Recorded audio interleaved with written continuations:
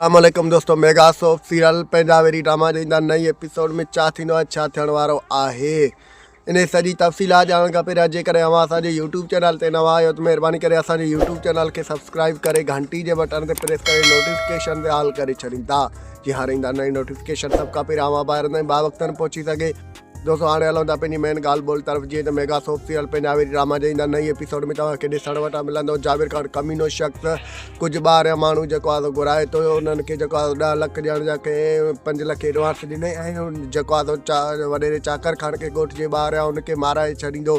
छा इहो जेको आहे जाबिर खान पंहिंजे जेको आहे मक़सद में कामयाबु थींदो या न थींदो, इहो ॾिसणु तमामु घणो दिलचस्प थियण वारो आहे। छा तव्हांजो इन बाबति छा राय आहे पंहिंजो क़ीमती राय कमेंट सेक्शन में ज़रूरु ॿुधाईंदा। हुन ॿिए तरफ़ तव्हांखे ॾिसण वटां मिलंदो त जेको आहे सो चाकर खान जी नौकराणी यानी कि जेको आहे सो जेका हुते कमु कंदी आहे त उन ॾे रूंडो वेंदो आहे ऐं रूंडो उनखे चवंदो त तोखे मुंहिंजी भेण जेको आहे हसीना बेगम तोखे जेको आहे पैसा ॾिना आहिनि त जेको आहे तूं रूंडे ख़िलाफ़ु चाल चलाए ऐं जाबिर चाकर खान खे सॼी हक़ीक़त ॿुधाए जीअं मुंहिंजे भाउ रूंडे खे मारे छॾे। जेको आहे सो उते जेको आहे सो नौकराणी उनखे ॿुधाईंदी आहे त मां तोखे सॼी हक़ीक़त ॿुधायां थी त जेको आहे सो हसीना बेगम जेका आहे न पहिरियां जेको आहे सो चाकर खान जे हथां तोखे मारणु चाहे थी। उन खां पोइ जेको आहे सो वरी जाबिर खान खे चवंदी तूं जेको आहे चाकर खान खे ख़तमु करे छॾे। जाबिर खान चाकर खान खे ख़तमु कंदो त पोइ वरी ही जाबिर खान खे पाण ख़तमु करे सॼे इन मिल्कियत मथां कब्ज़ो करणु चाहे थी।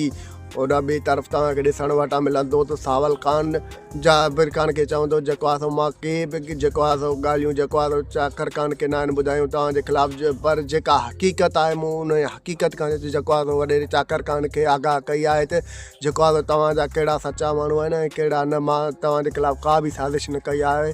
हो को नंढो ॿारु न आहे जो मां हुनखे ॾटा ॾींदुमि जेको आहे मुंहिंजी ॻाल्हियुनि ते लॻी पवंदो। बहरहाल मां हुनखे हक़ीक़तूं जेको आहे हुनजे साम्हूं रखियूं आहिनि ऐं उहो पाण हाणे हुनखे परखे सघे थो।